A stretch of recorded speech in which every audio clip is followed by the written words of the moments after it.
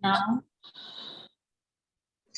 gaze up straight, gaze uplifted, hearts filled with devotion, offering that energy up to the spiritual light, ready to receive the guidance. Let's pray together. Divine Mother, Heavenly Father, friend, beloved God, Guru Preceptors, Jesus Christ, Babaji Krishna, Lahiri Mahashaya, Swami Shri Yukteswar Ji, beloved Guru Deva, Paramhansa Yogananda Ji, saints and sages of all religions, dear friend and guide Swami Kriyananda, humbly we bow at thy feet.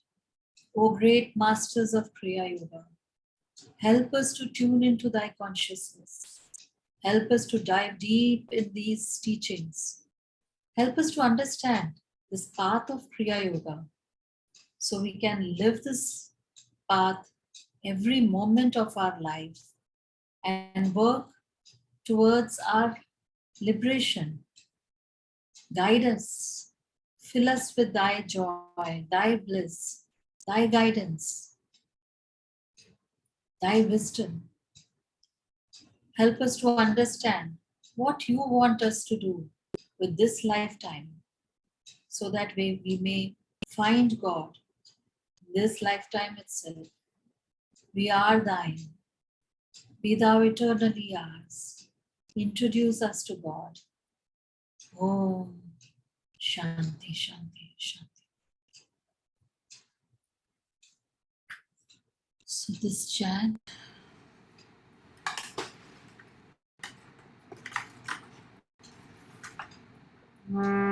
is called I Will Be Thine Always. Let me know if it is audible without breaking its coming.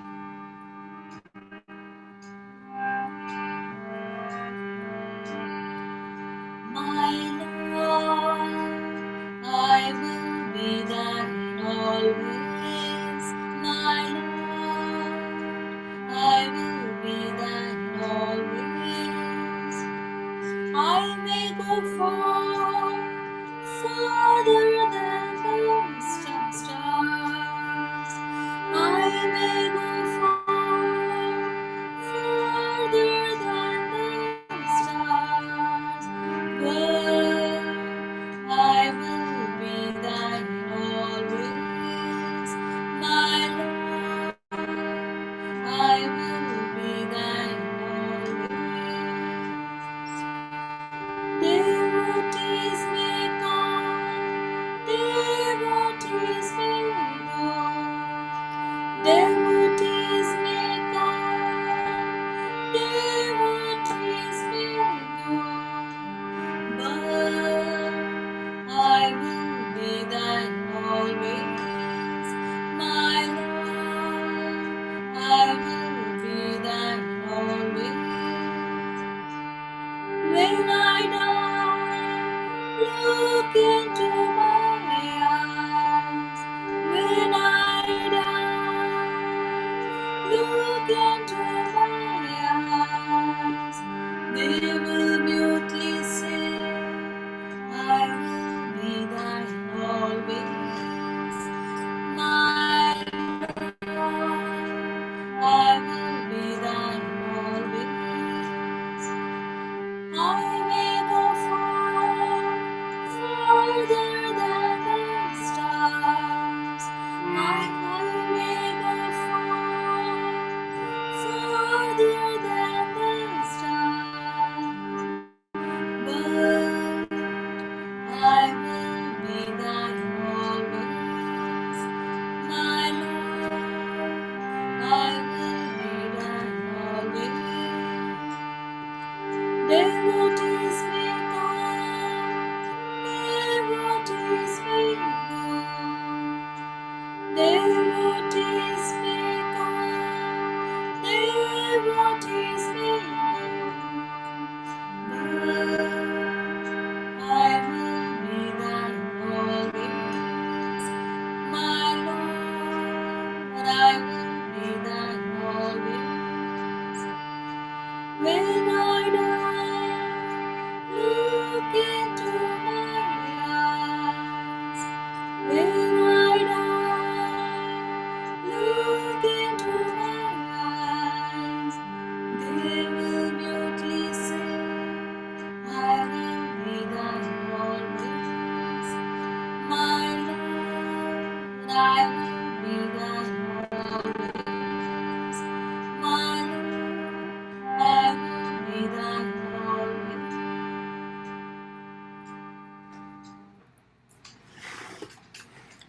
just a few moments, tune in into the words of this chant. I may go far, farther than the stars, but I will be thine always. Always. Let this be an affirmation for each one of us that we will never stray very far off from God, from Gurus. Always tuning into God and Gurus. Keeping the flashlight on, ever looking for them, ever searching for God and Gurus.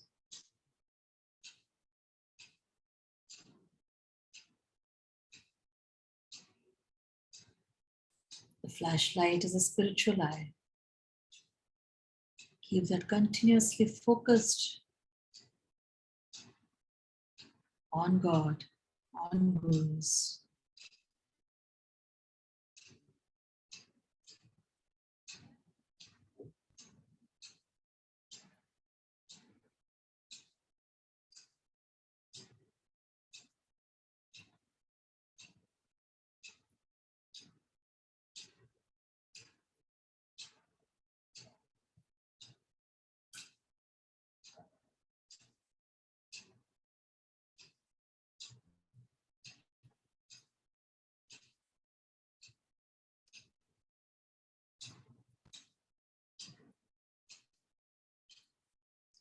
Om Shanti Shanti Shanti. So before, when we discussed a little bit the last class of this chapter, the science of Kriya Yoga. Today, let's go deeper into this, try to understand this a little bit more than what we do right now. Before that, let us listen to Master's voice talking about Kriya Yoga.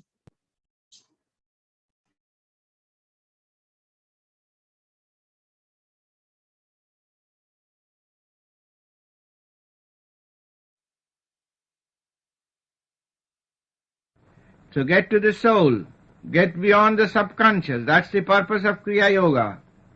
Read your preceptor every day, a little bit, and meditate. Meditation is a practicing the presence of God. Kriya Yoga is the highest practicing the presence of God, how the soul descended into the body and how to take it back to the spine and the brain, beyond the confines and the prison of the body into the vast infinite. And that's what you are trying to do. Your mind is on the surface of the body. You like to see what is good, hear, smell, taste, touch, and that's where you are locked up. Your consciousness is locked up, but you have to withdraw it, dim it away from there, and gradually take it beyond the muscles and settle it in the spine. That's what Kriya Yoga does. Spine and the brain are the altars of God. That's where the electricity of God flows down into the nervous system, into the world. And the searchlight of your senses are turned outside, outwards. And that's why you love the senses. But when you will reverse the searchlights through Kriya Yoga and be concentrated in the spine, you will behold the Maker. 1,000 million suns do not describe the light of my Father. It is not a glaring light, but a light that is gentle and indirect, which is spread all over the world. In that light, in the glimmer of that light, all the universe you will behold as if in a mirror. So that's why do not in any way be a slave to the senses. Do not in any way be trapped by the senses. All the senses were given that you may be their master. Temptation was not given to destroy you, but to increase your strength. If you do not fight with a stronger person, you never get strength. The wrestler always fights with a stronger wrestler. So the senses, you think they are strong, but you are stronger. And if you fight with them, you will be stronger. If you give in to them, you will be weaker. and down and out, and all your happiness will be gone. God has purposely given sex and other senses not to destroy you, but to try your strength, to bring the immortal strength within, that you may recognize the great power of the infinite sphere of spirit which lies behind your little throbbing heart. So remember the purpose of this great message. We have started a great movement, and I came for a special dispensation, the interpretation of the scriptures, and giving the Kriya Yoga, the key to heaven. This is Peter's key to heaven. You can use it yourself with the help of the gurus, but join our churches regularly.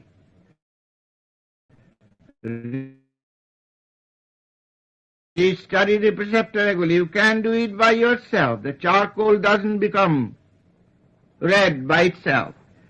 But when the fire enters, it all becomes red and glowing. Yoga means union, scientific union with God, that you are receiving. Dump your body in the superconscious. That's all I do. I practice a few times Kriya, and I dump my body, and the body is gone. And I am in infinite bliss, the bliss that surpasses any description. So you all came from that. It is not the privilege of Christ and a few masters to go there. All waves, behind small and big waves, waves that are playing with the storm, is the same ocean. Remember, no matter what your trouble is, God is with you, behind you. Seek Him. Help Him to pull you and make you as He is. And that you can do with the Kriya Yoga, studying the preceptor. Take the preceptor and study every day, even a little bit. Anywhere you will open it, you will find something that will lead you to God. And practice Kriya Yoga. Whenever you have a little time, practice 2-3 times. Kriya is the key to the door of heaven, and to know that the masters are, and Christ is, and God is. While people are busy with music and song, Christ is pleased a little bit. But when you feel Him within, He is yours, and God will be yours forever and forever. This is my message, and that's why I'm busy. I have forsaken money, everything.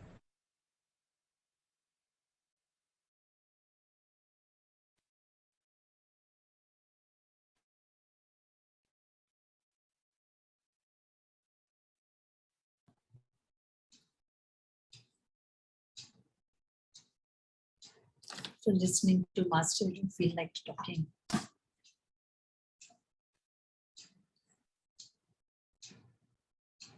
Is there still some part of the talk left?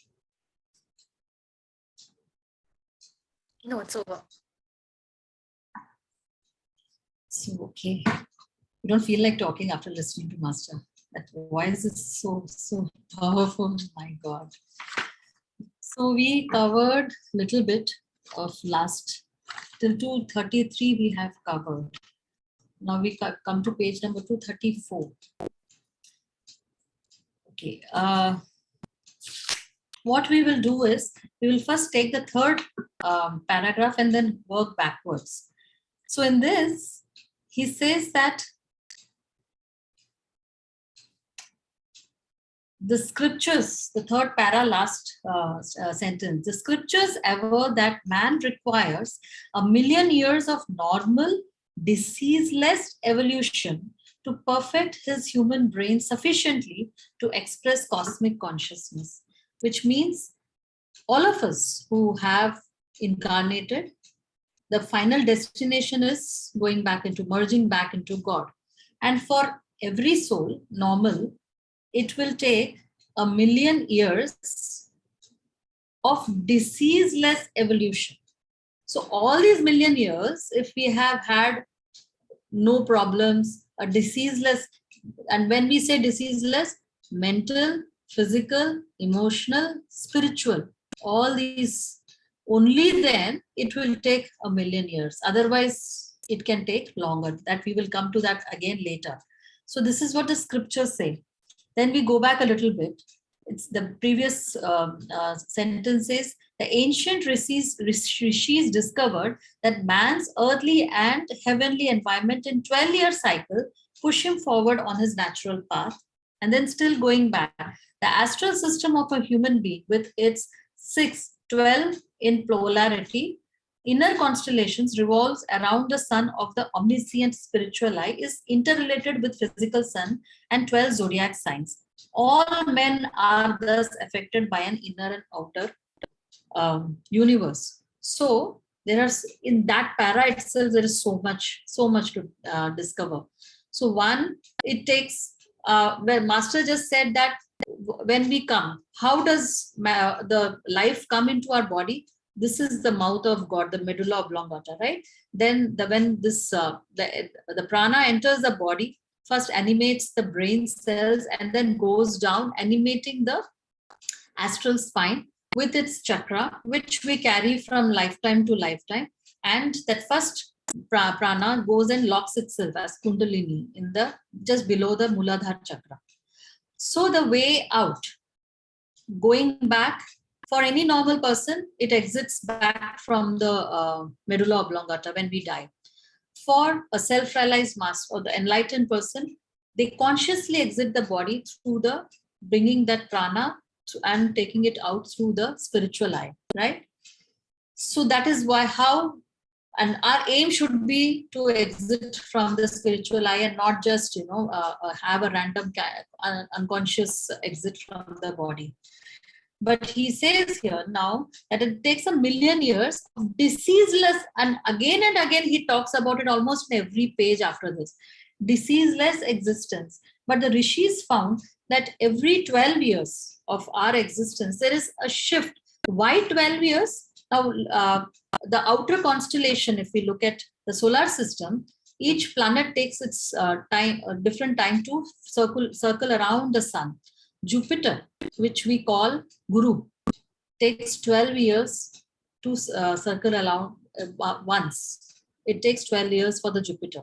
And Jupiter has a very big influence on the earth and hence us. And as Guru, it has a lot of influence on each one of us. So that is why this 12-year is the time period when there is a shift in all our lives. Some people, it is much more perceptible. For some, it is not so. So 12 years, there will be 24 years, they'll have some shift. 36 years, there's always some shift that happens, especially in spiritual growth. That is the case.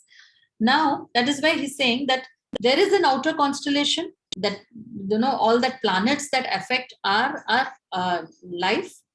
And then there is this inner constellation, which consists of this spiritual eye, which is the sun, medulla is the moon, and then the astral spine, we have all the chakras, right? This is the Mercury, the Vishuddha, Venus, heart, Manipur is the Mercury, Venus, Mars, Mangal. Then the next one is the Guru, and last is the Saturn, right? And the Kriya Yogi will go up now. So what he's trying to say is both these. So our chakras are like the magnets. We carry our tendencies, our desires, our regrets, our karmas. They're all here on our astral spine, distributed according to where they belong, right? And all these things are here on our chakra system, and they are like magnets. When the time is right, it attracts that particular constellation's effect on itself, and that karma then acts out on us, right? So that is why he's saying that all men are thus affected by the inner and the outer universe, right? We are talking about normal, each one of us who are normal, not the self-realized masters, right? We are talking about general people. So the astral system of the human being with 6 polarities, 6 chakras, but they are all what? These are all energy bodies, and every energy body has a positive and the negative pole. So that makes it 12, the positive and negative. So there are 6 in numbers. So Muladhara, Swadhisthana, Manipur, Anahat, Vishuddha, and the Agya chakra itself, which only this one has a very distinct polarity of the medulla and the spiritual eye. Others are not so distinct, though they all have. So these constitute the 12 zodiac signs, and they influence our lives, what is going to manifest in our lives, what we have experiences we have to go through, the karmic things that we have to experience, right? So now we go back one more paragraph.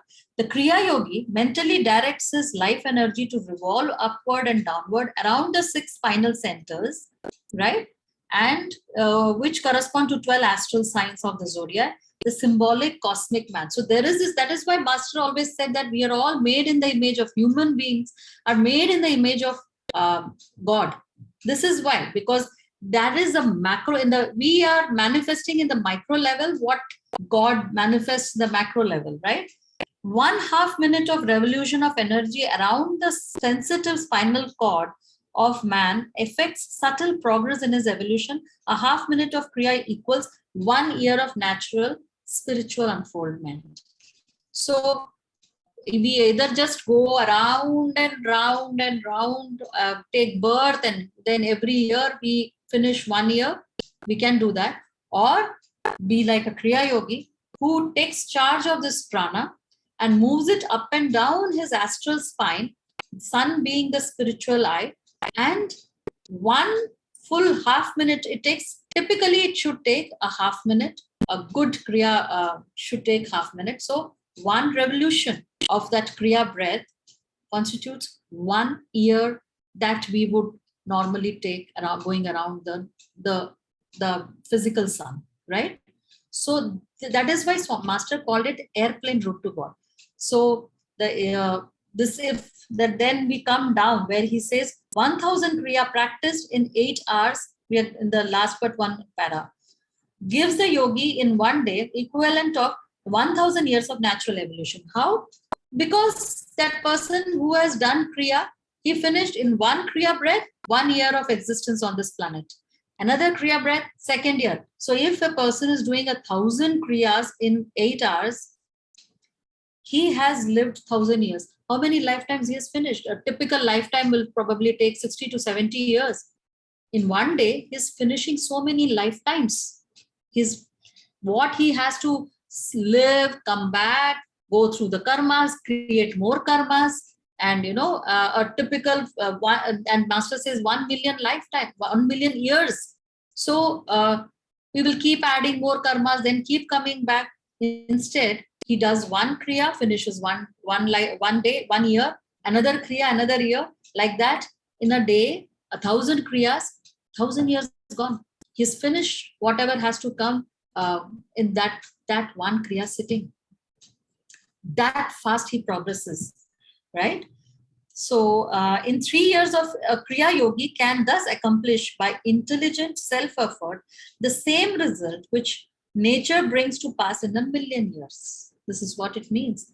The Kriya shortcut, of course, can be taken only by deeply developed yogis, right? So does that mean none of us have any chance of it? No. We will become deeply developed once we bring consistency in our practice, right?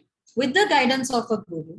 This is again very important, that what is Kriya? As later on we will go through that, but Krishna calls it the fire rite, the yagya. This is the true yagya, he says.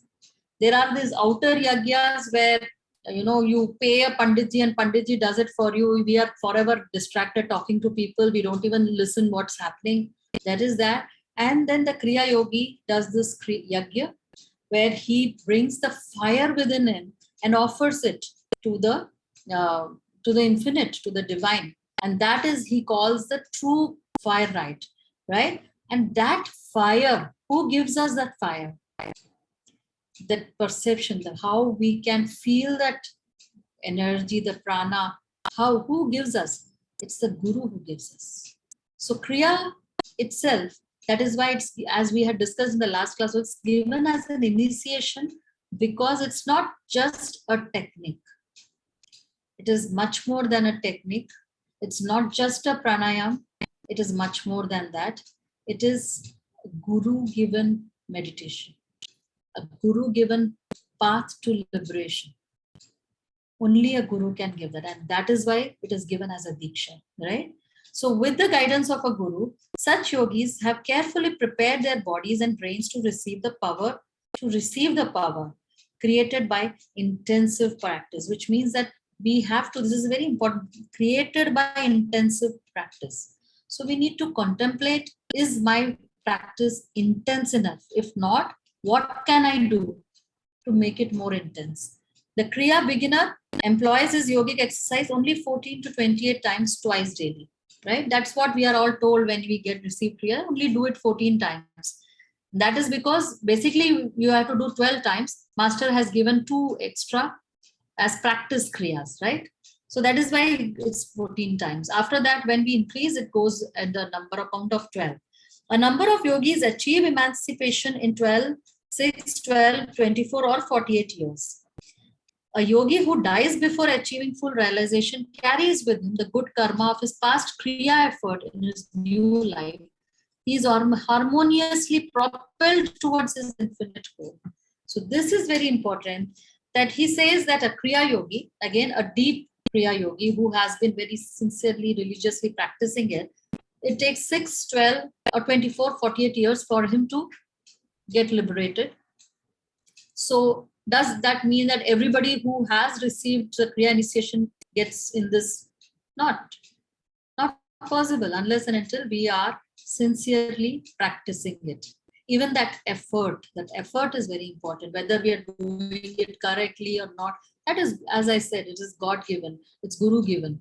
But the whole point is we put our intention to do this every day. The vow that we take during the initiation, that I will practice it twice a day, sincerely, are we doing it? The one who is doing it, and over a period of time with that practice, it becomes intense, gets liberated. And if they don't, as Master says, that then they get born into such an environment where they are able to start early and get on with their kriya practice, right? But one good thing is this, for those of us who we can say, oh, I don't think mine is so deep, I don't think my thing is really intense. What do you mean? I mean, there's always so many thoughts running even when I'm doing kriya.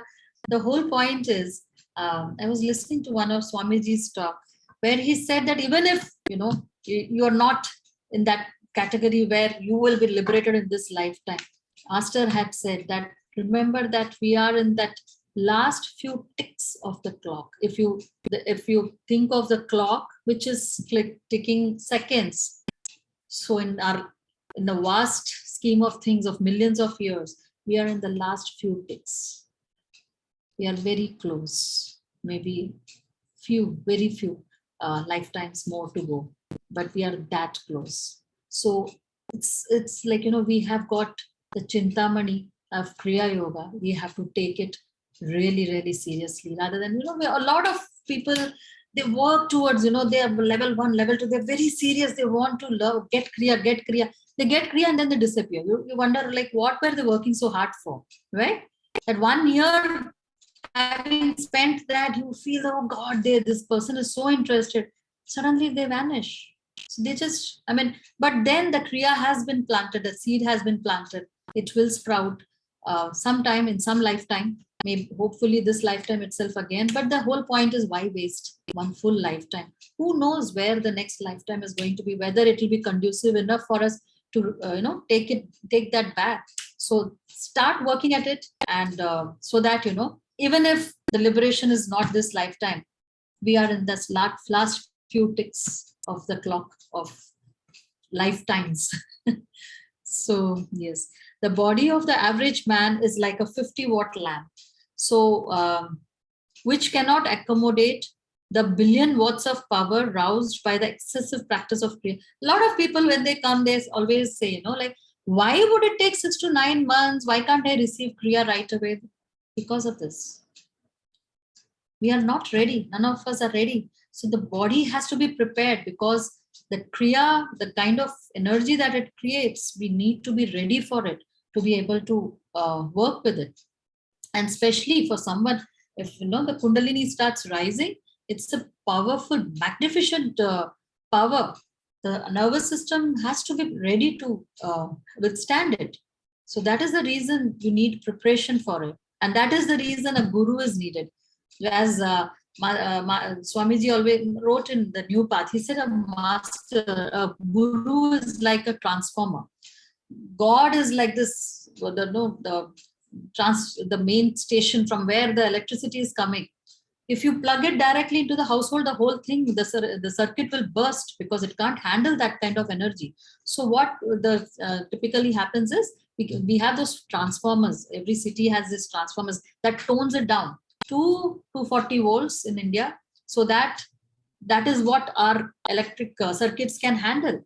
So that is what the guru does to each one of us. We are all that 50-watt bulb. We can't handle anything. So wherever we are in our spiritual journey, the guru, when we invite the guru in our lives, the guru tones it down to wherever we are and then starts slowly working us up. Still we are, expanded enough to handle that kind of power, that kind of electricity to flow through us. Once Swamiji, he was in the company of Master, and Master was coming, meeting each one of them, and Swamiji bent down to touch his feet, and he was just thinking, he didn't say anything, that I want to be just like you. This is what he was thinking. When he came up, Master said, how can a cup hold an ocean? So each one of us is like this little cup, and God's power, the Guru's power is constantly flowing it. But if this is just a cup, it will keep flowing away. We have to expand the cup to be able to hold the ocean, right? That is what we all need to do. And for that, Kriya Yoga is one of the most important things that we need to be practicing, more importantly. Okay.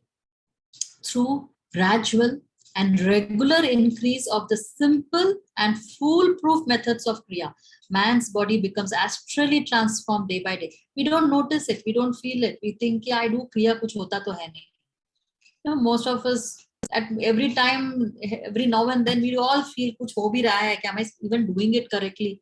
All of us have that thought.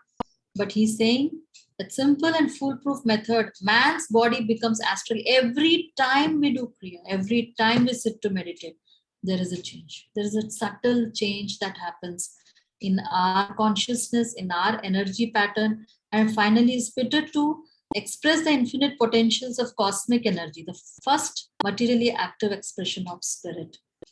So it is, I think I have told this story before also. I don't know if not, I'm just repeating it. It's so apt. So there was this young disciple who said, I don't know whether meditation kuch ho bhi raha hai, nahi hai. I have all the thoughts I just can't concentrate. What do I do? The guru said, okay, do one thing first. I will tell you about that later, but do this one thing. There's this basket here. It was this porous basket, very black. They used to carry the coal for the firewood. So he said, you go bring some water in this. But he said, well, everything will fall out. He said, it's okay, go get it. He goes to the river, brings the water. By the time he comes, all water is gone. He said, water to gaya. He said, go back, get more. So he kept going back. Every time he came back, the water would have been finished, obviously, because everything was falling off. It was like a jali. This boy didn't understand. Every time he would send back, every time he'll go get again.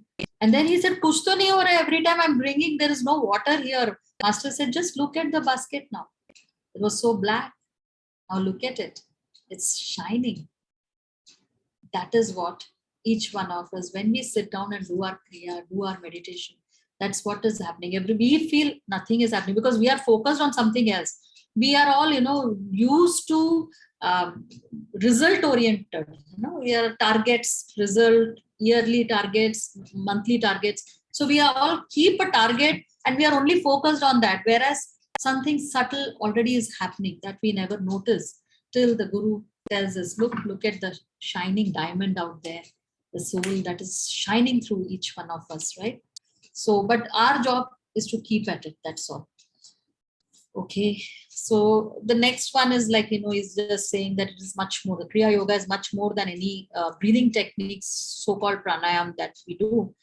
The ancient yogic technique converts the breath into mind. By spiritual advancement, one is able to recognize the breath as an act of mind, a dream breath. As Master said, that breathing is also just a habit. The Kriya Yogi, once they do their Kriya, they become breathless. They don't have to hold the breath. They become breathless, where they are able to sit without having to breathe, because there's no need to breathe anymore, right? And he's saying, then he goes on to say that how breathing affects and is affected by our mental state, right? So if we are very agitated, we breathe very fast.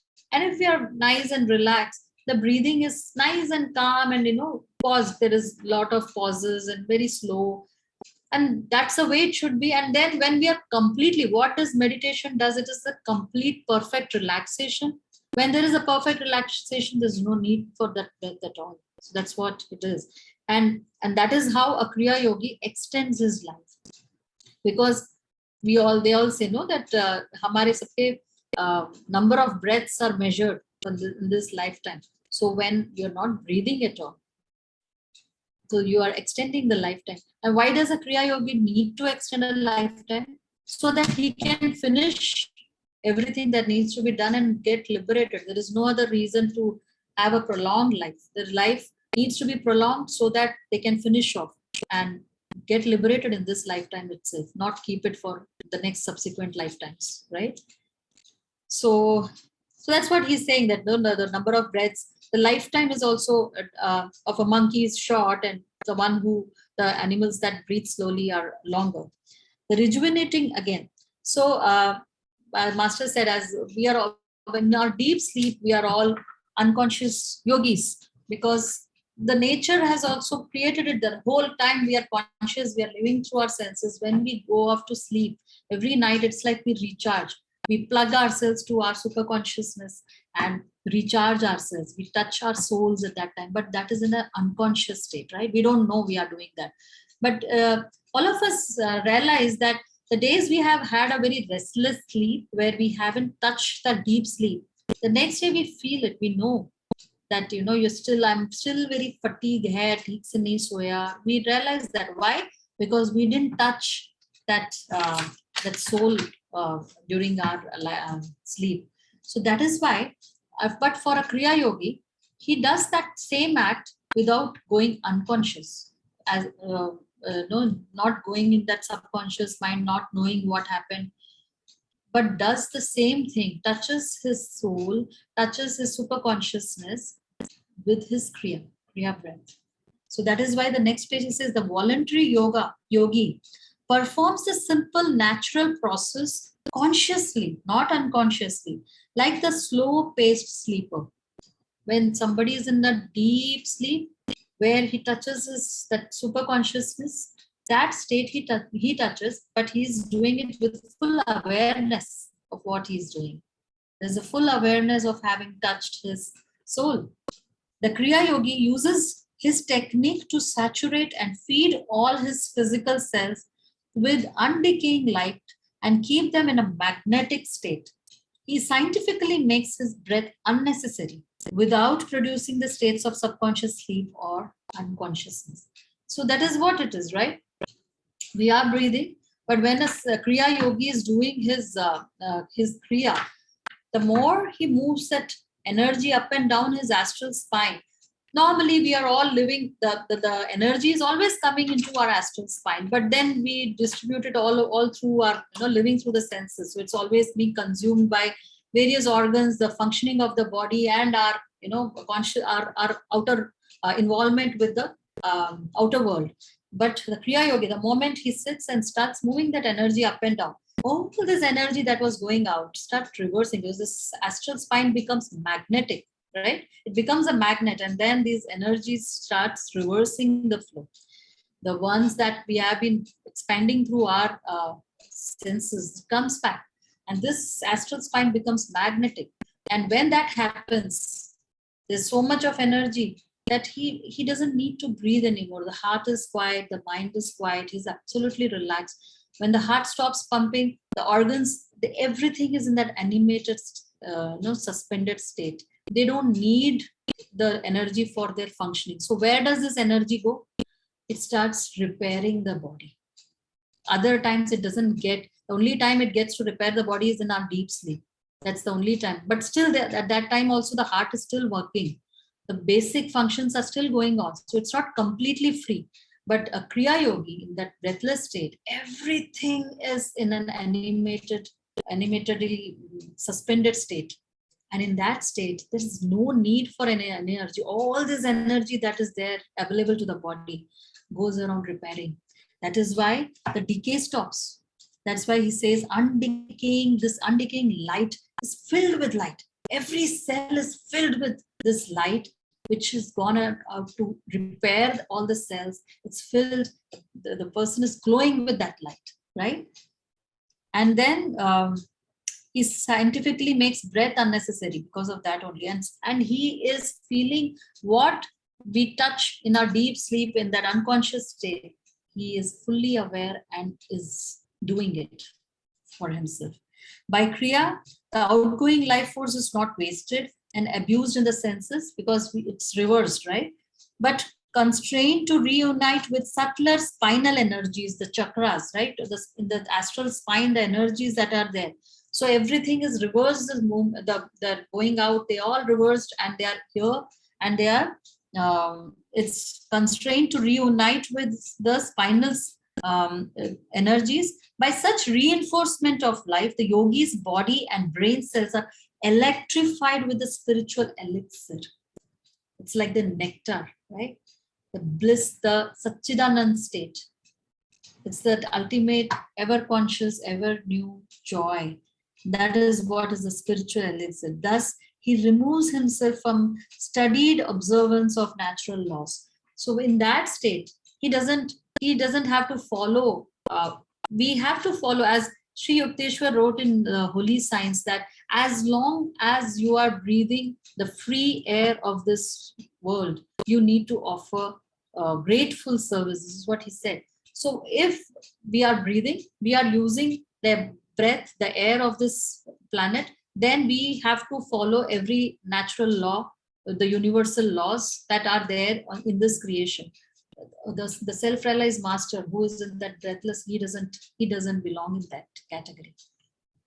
That is why they can manifest things, they can create universes, they can create galaxies. They are beyond that, right? They have touched that infinite power that they are. So they don't have to be going through the karma, the pulls and pushes of this world. Nothing. They don't have to go through that anymore. So he frees himself from studied observance of natural laws of karma and everything, which can only take him by circuitous means as given by proper food, sunlight, harmonious thoughts to a million-year goal.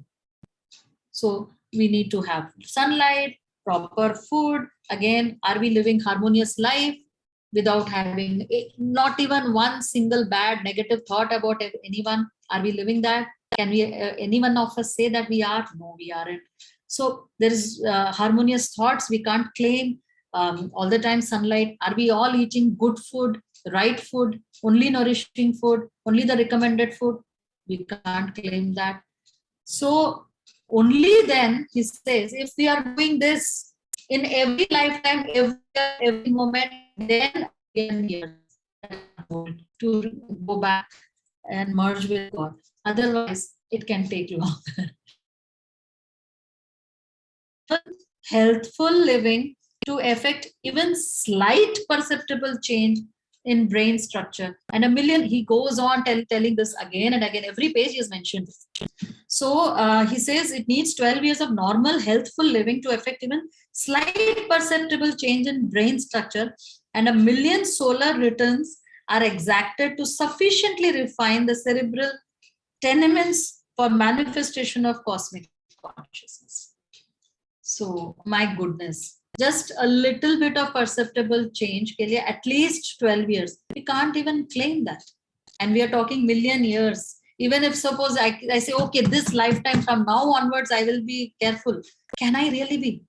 Can I really, be very sure that I will not have one in this harmonious thought in my mind? So difficult, right? Untying the cord of breath which binds the soul to the body. Master said, what binds the soul to the body? It's the breath. It's that thread that binds the soul to the body. So a Kriya Yogi unties that cord of breath the moment he becomes breathless, right? Kriya serves to prolong life and enlarge the consciousness to infinity. Yoga method overcomes the tug of war between mind and matter-bound senses and frees the devotee to re-inherit his eternal kingdom. We are all sons of God, right? That's what it's our birthright. But then we are all prodigal sons. We have all moved away from our father because it's our free will. So we are all living our free will and suffering in the process, going through this karmic pattern again and again. He knows his real nature is bound neither by physical encasement nor his breath, symbol of normal, more mortal enslavement to air, to natural elemental compulsions.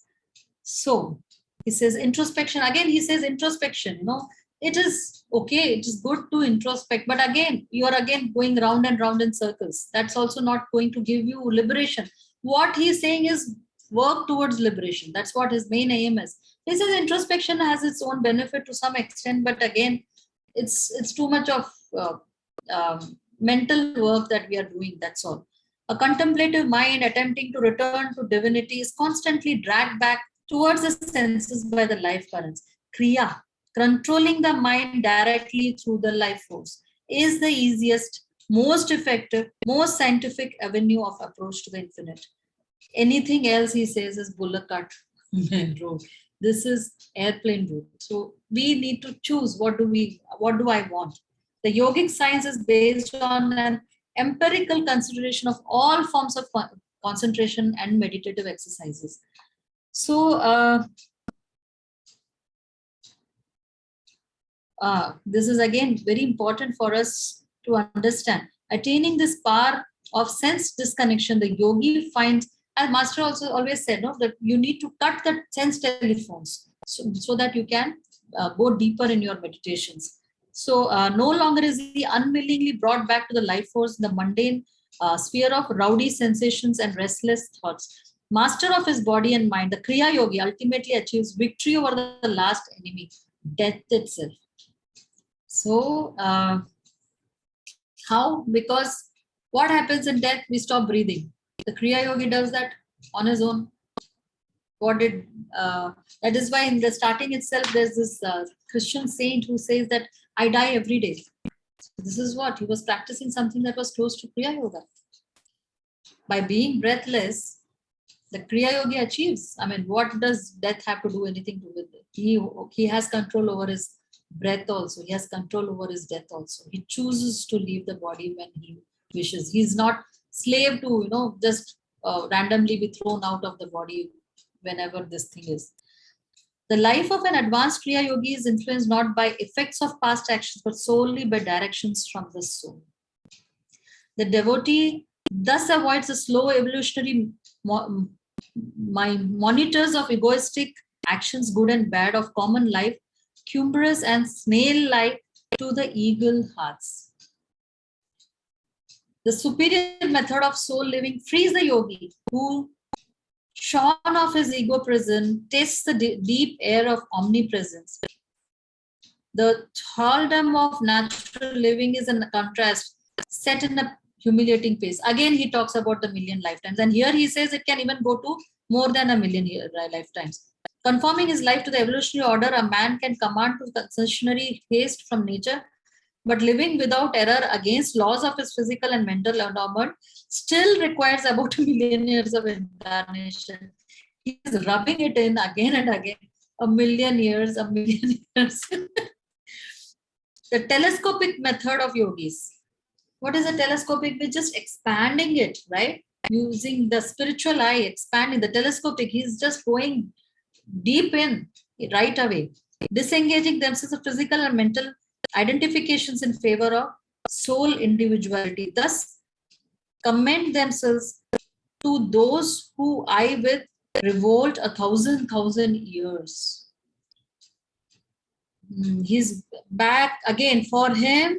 So this is where I was saying this numerical periphery is enlarged for the ordinary man who lives in harmony not even with nature, let alone his soul, but pursues instead unnatural complexities, thus offending in his body and thoughts the sweet sanities of nature. For him, 2 times 1 million years can scarce suffice for liberation. Now he said it takes disease less, harmonious thoughts, good eating, 1,000,000 years. Now finally he said most people don't even do that. They forget about their soul living. They don't even live in harmony with the nature or with the other people or with their thoughts itself. So it is 2 times 1,000,000 years. So he's just added. So it can be 2 times, 3 times, depending on where we are headed, and we don't even know where we are headed. Hence, gross man seldom or never realizes that his body is a kingdom governed by emperor's soul on the throne of the cranium, with subsidiary regions in the 6 spinal centers, the chakras, which we carry from lifetime to lifetime. So this is where that space master in that talk right now that we heard, he said the path to liberation, this is the altar of God, the brain and the astral spine is the altar of God. And Kriya Yoga takes us straight in there, direct, right? We go in there directly and work on that region. We keep our consciousness there. We keep our concentration there. So what are we doing? We are in touch with the infinity. And that is how we get liberated. The more we live in our astral spine rather than on the senses. And he says all the next page, he talks about all the cells everything is being fed from there, right? So that is what he's talking about. All the thoughts, emotions, everything is being fed from there. Any apparent insurrection of bodily or cerebral cells toward emperor's soul manifesting as disease or depressions due to no disloyalty among the humble citizens, but to past or future misuse. So any disease is, as master is saying, is because we have misused the free will that has been given to us in this lifetime or in some previous lifetimes. Bodily, mental disease, or the disease on the soul level, the depressions, the diseases that come to us is because we have not lived according to the natural law, but have digressed from the right living. And again, as he said, that if you live according to the laws, you live 1,000,000 years. Otherwise, it just goes on and on. So, but what we do is we have this shallow ego, we identify with our shallow ego and the free will and go against the natural laws. So, thus in his ordinary life, he is not but a puppet of past actions, karmas, and of nature or environment. Each man's intellectual reactions, feelings, moods, and habits are circumscribed by effects of past causes, whether of this or a prior life. That is what we are all doing. We are going round and round in circles because of what we have put out, right? So, and here again, he's saying that Kriya, he is given by the use of Kriya, he is given a method to prove the scriptural truth. All scriptures declare man to be not a corruptible body, but a living soul. And Kriya is the one that gives us the way to realize that we aren't this body that is thrown about by all outward circumstances, but we are the soul, the king soul. And as we have started with that also in Bhagavad Gita, also Krishna says that the fire, actual fire rite, it's not that outward, it's just a symbolic fire rite. The havans and all that we do, the actual havan that is the Kriya itself. The Kriya Yoga is the real fire rite, often extolled in the Bhagavad Gita. The purifying fires of yoga bring eternal illumination and thus differ much from outward and little effective religious fire ceremonies, where perception of truth is of burnt to solemn charred accompaniment along with the incense. So this is the actual yajna, this is the actual fire ceremony that the Kriya Yogi is the actual Agnihotri who performs the original fire ceremony, right? The advanced yogi, withholding all his mind, will, feeling from false identification with bodily desires, uniting his mind with superconscious force in the spinal shrines, thus lives in this world as God had planned us to live, not impelled by impulses from past or any future this thing. So he lives according to the right way. The right way is the Kriya way. So now all the thing is fine. I mean, it's just something that he's reinforcing again and again. But we all need to remember, when he's talking about Kriya, we all need to remember that Kriya is not just a technique. Lahiri Mahashaya always, everybody who went to him for any thing, he would say, do more Kriya. Why did he do that? So Kriya itself is not going to take us to the goal. What is going to take us to the goal? Master gave the formula: Kriya plus devotion is liberation, right? It works like mathematics, he said. So we have to understand, it's not just the technique that is going to give us liberation, or the final liberation, the self-realization. It has to be done with devotion. It has to be done with deep devotion to God and Guru. And Kriya again is not just the technique itself that is given at the initiation, but it is a path of Kriya Yoga. So every moment we need to, it is like, are we getting more involved in this world, or being, withdrawing that energy in and keeping charge of our energy? So it neutralizes the reactive process. So am I allowing this world to define my moods, my emotions, my reactions, or am I taking charge of my energy as I live in this world? I'm driving a car, somebody crosses, and I just roll down the window and shout at him.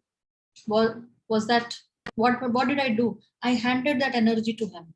He had the button to that energy. It's like somebody switches on the fan, right? You press the button and the fan switches on.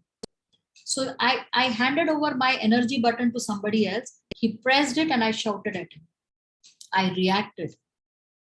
So instead, I keep that button firmly with me. So anything anybody does, where is my reactive process? Am I allowing the outer world to define it, or I keep charge of it? That is a path of Kriya Yoga. So every moment, let us remember this. It's just not just in meditation, I do my 12, 14 Kriyas, 24 Kriyas, 108 Kriyas. Yes, that is very, very important, because I take charge of that energy. But what am I doing in the next 23 hours also is part of Kriya Yoga. Am I being a Kriya Yogi in every aspect of my life? That is very important. So as Master said, it is not just the technique. Everything has to be a Kriya Yogi's path. It is, right, remember, that's what Master said. They are vehicles for helping us reach the true goal of yoga, which is union with God.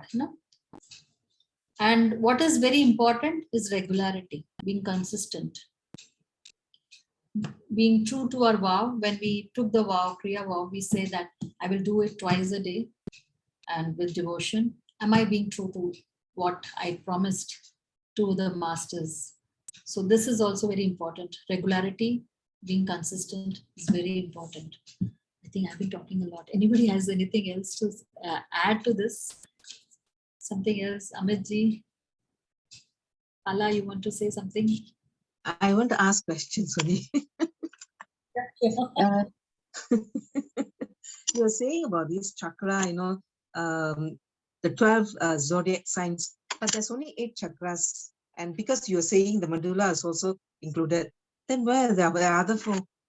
So you have Muladhar 1, Swadhisthana, third is Manipur, fourth Anahat, fifth Vishuddha, and sixth is Agya Chakra. The medulla and the spiritual eye are positive and the negative pole of Agya Chakra. So 6 chakras. 6 chakras. Okay. 7th chakra, we never work with it, the crown chakra, because there is, as Master said, no direct passage to the 7th chakra. So to reach the 7th chakra, you have to open the spiritual eye. Once the person is enlightened, and that spiritual eye, the 2 channels called the Chitra and Vajra, they lead us into the 7th chakra, which is the crown chakra. So there is no direct passage to that. So Master never talks about, we don't go more than spiritual eye, right? We never talk about the crown chakra, the 7th chakra. Because of this, we are only working Once this is open, we get the passageway to that. So there are 6 chakras. The spiritual eye and medulla are part of Agya chakra. This is a positive pole and this is a negative pole. Yeah, okay. Right? Then the other one is that when you say one Kriya fire breath is one lifetime. So that means every time we one breath One time Kriya. the world we go one time, 1 year, one birthday is like, going around the sun once. So the Kriya Yogi takes it round his astral spine, around the spiritual eye. That is 1 year of his physical existence. Okay, so the lifetime you're saying they clear so many lifetimes. You mean without clearing all the backlogs of all our karmas, we can go forward, is it? Then how about all the old backlogs? So there's something called Jivan Mukta, and then there are Param Muktas, right? So Jivan Mukta, somebody who has got the Nirvikalp Samadhi, they can then go back and work their karmas also.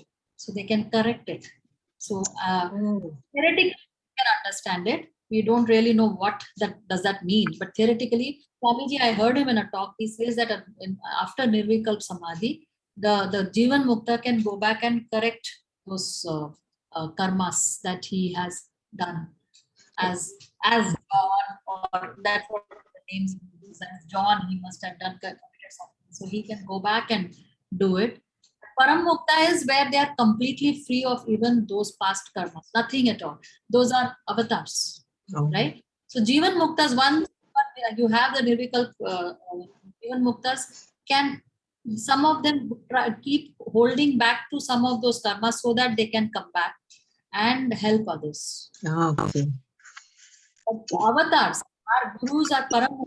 They don't have any need to come back. They don't have any karmas, nothing to come back. Why they come back? As Master said in God's boatman, I will come with bleeding feet. I will come if I find even one stray brother sitting by the wayside crying. Wow. To help us take us to So that Kriya side. is working at multi-level actually. Exactly. Yeah. One more question is that, like for example, we have a lot of traumas from past lives, things like that. So by doing this Kriya, all those will be taken care automatically, is it? Will it clear our subconscious mind?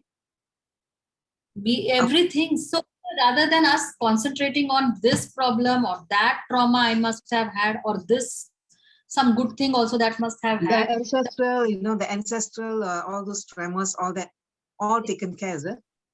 is taken care. You're just bringing it in. The energy moving up and down clears a lot of debris that we are carrying in. So All right. rather than concentrating on I will look at this, by that time something else is already turning back.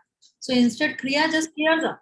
It's like, the rainwater. The more I keep doing the Kriya, it's like the rainwater coming and just flushing everything out. So that is why it's very important as Kriya Yogis for us to do Mahamudra, all that thing, the Jyoti Mudra, all that is very important to do, because these are all various components that help us overcome our karmas. Wow. Thank you. Because at the end of the day, everything has to be neutralized. It has to be one big zero. So thank you for this chapter. It's really opened my eyes. we might still have left a lot of things out. Maybe next some other couple of years later, back to it, we all might understand it a little bit more. Yeah, that's right. Thank you. Nidhi, you have to add to this?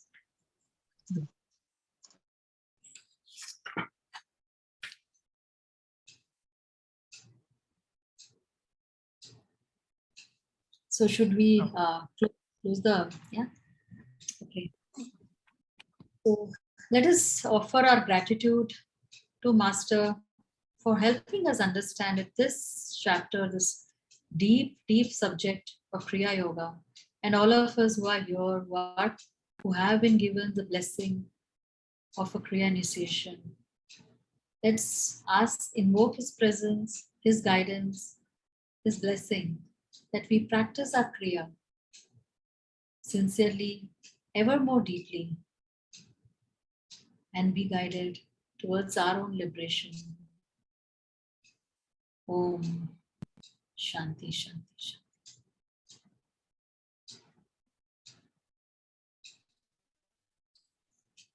Thank you so much. Thanks for joining.